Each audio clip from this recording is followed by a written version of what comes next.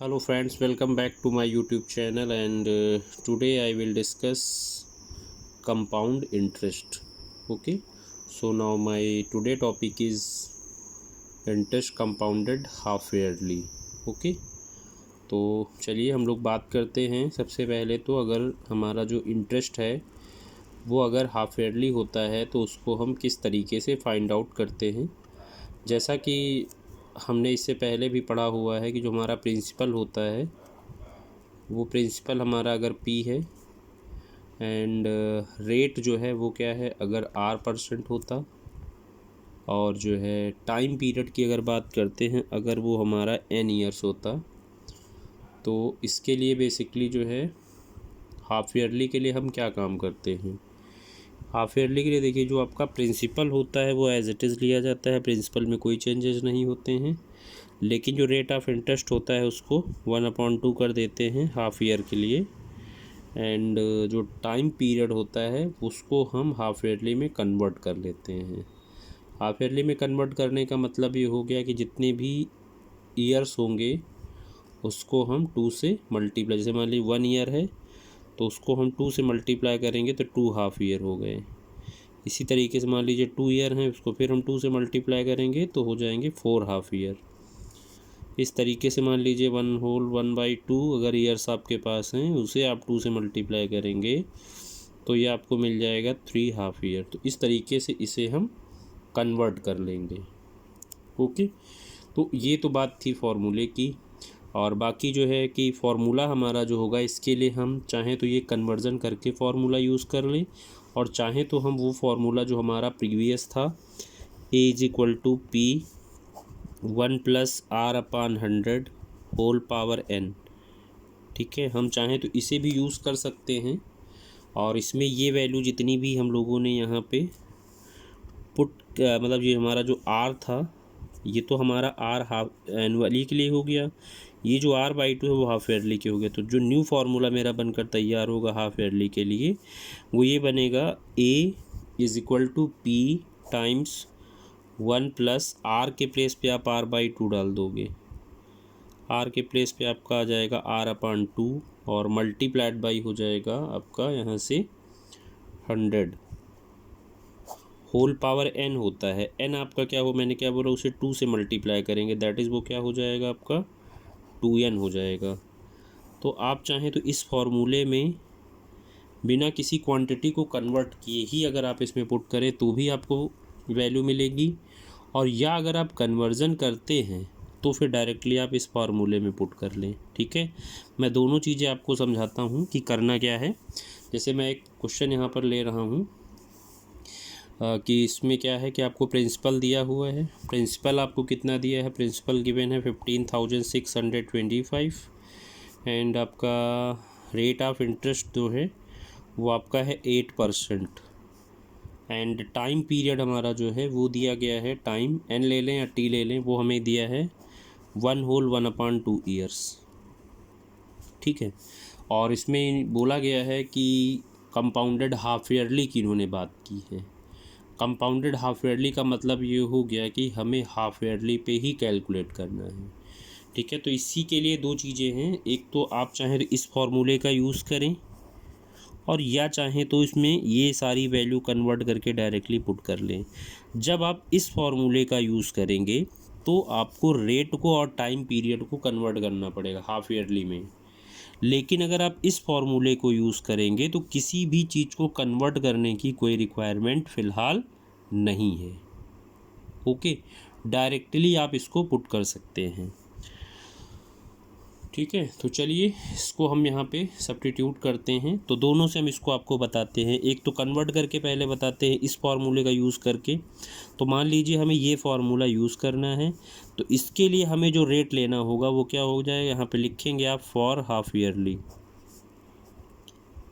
Half yearly के लिए आपकी जो R की वैल्यू होगी वो 8% थी, और उसको आप क्या करेंगे 2 से डिवाइड करेंगे, दैट इज़ हमारा कितना हो जाएगा 4% हो जाएगा।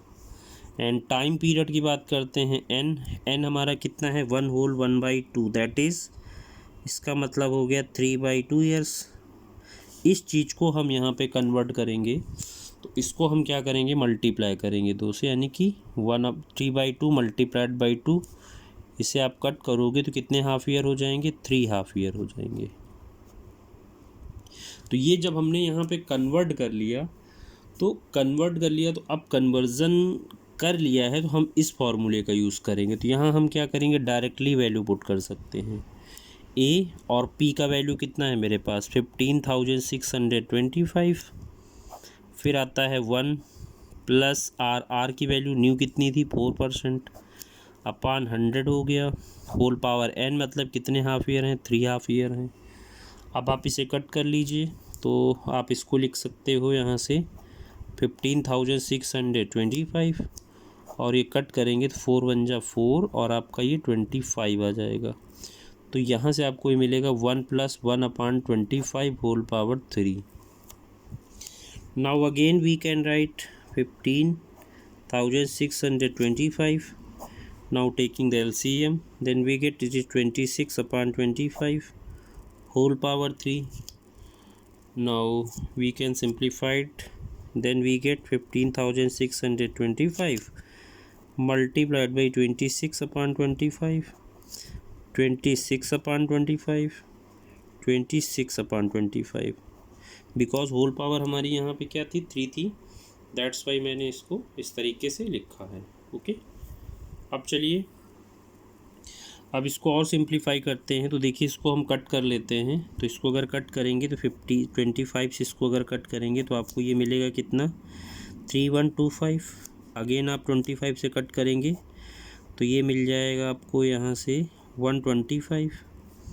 अगेन आप 25 से इसको कट करेंगे तो ये मिल जाएगा आपका 5। तो इस तरीके से आपने देखा ये हमारा यहाँ से टोटल कितना हो गया, 5 हो गया। और अब हम इसको कर लेंगे मल्टीप्लाई, तो 5 मल्टीप्लाइड बाई 26 इंटू 26 इंटू 26। इन सब को कैलकुलेट करिए, और कैलकुलेट करके आप यहाँ से देखिए कि ये आपको कितना मिलेगा।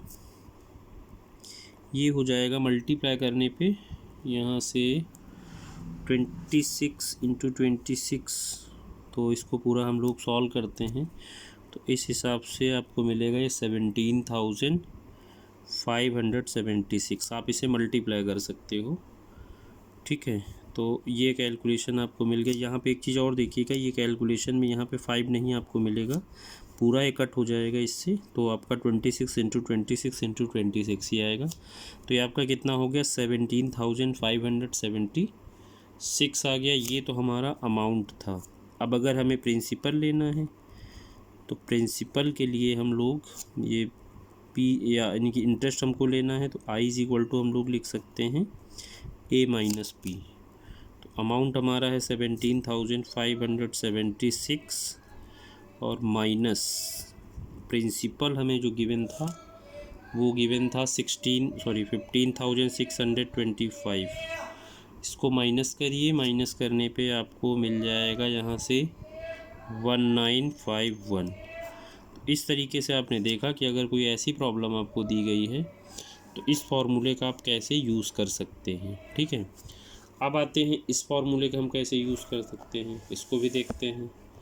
इस फॉर्मूले का अगर हमें यूज़ करना है तो हमें कोई भी कन्वर्ज़न की ज़रूरत नहीं है, हमें इसमें कुछ भी कन्वर्ट नहीं करना है, डायरेक्टली हमें क्या करना है, बस वैल्यू पुट कर देनी है। तो चलिए हम इसको भी समझते हैं यहाँ पर। तो इसके लिए अगर हमें इसको करना है तो फॉर्मूला मैंने आपको क्या बताया, A = ये P times 1 + R/2 multiplied by 100 whole power 2n। अब इसमें देखिए किसी चीज़ को आपको कन्वर्ट करने की कोई रिक्वायरमेंट फ़िलहाल नहीं है, इसके लिए कन्वर्ज़न ज़रूरी नहीं है। डायरेक्टली आप देखिए P का वैल्यू हमारे पास कितना था, P का वैल्यू था 15,625, फिर 1 आ जाएगा प्लस R की वैल्यू कितनी है, R = आपको गिवन था 8%, तो डायरेक्टली आप इसमें 8 कर सकते हो, 2 मल्टीप्लाइड बाई 100 हो गया, होल पावर आपका इसमें देखिए 3/2 था, तो 2 मल्टीप्लाइड बाई आप इसको 3/2 करोगे, 1/2 को सॉल्व करेंगे तो ये आपको इससे कट करना पड़ेगा। अब आपके पास में क्या बचेगा, ये हो जाएगा 15,625। इसको कट करिए तो ये 4 हो गया, कट करिए 25 हो गया, सॉरी। तो ये आपको यहाँ से कितना मिलेगा, 1 + 1/25 होल पावर 3, और सिंप्लीफाई करेंगे तो 15,625 ये हो गया, और इसका एलसीएम लेंगे 26/25 होल पावर 3। इसे सिंप्लीफाई करिए तो 15,625 मल्टीप्लाइड बाई ये होगा यहाँ से 26/25 इंटू 26/25 इंटू 26/25, ठीक है। अब आप इसको कट कर लीजिए, देखिए 25 इंटू 25 625 होता है, इंटू 5 से करेंगे तो 3125 आ जाएगा, फिर 5 से करेंगे तो 15,000 पूरा ये इससे कट हो जाएगा। तो ये आपको मिलेगा कितना यहाँ से 26 इंटू 26 इंटू 26। तो फाइनली इसको भी आप मल्टीप्लाई करेंगे तो 17576 आ गया, ये हमारा अमाउंट यहाँ से मिल गया। अब हमें चाहिए प्रिंसिपल, तो सॉरी इंटरेस्ट चाहिए, तो इंटरेस्ट के लिए हम लोग इसको A-P लिख सकते हैं। अमाउंट हमें गिवन है 17,576 माइनस में 15,625, इसको हम माइनस करेंगे तो यहाँ से हमें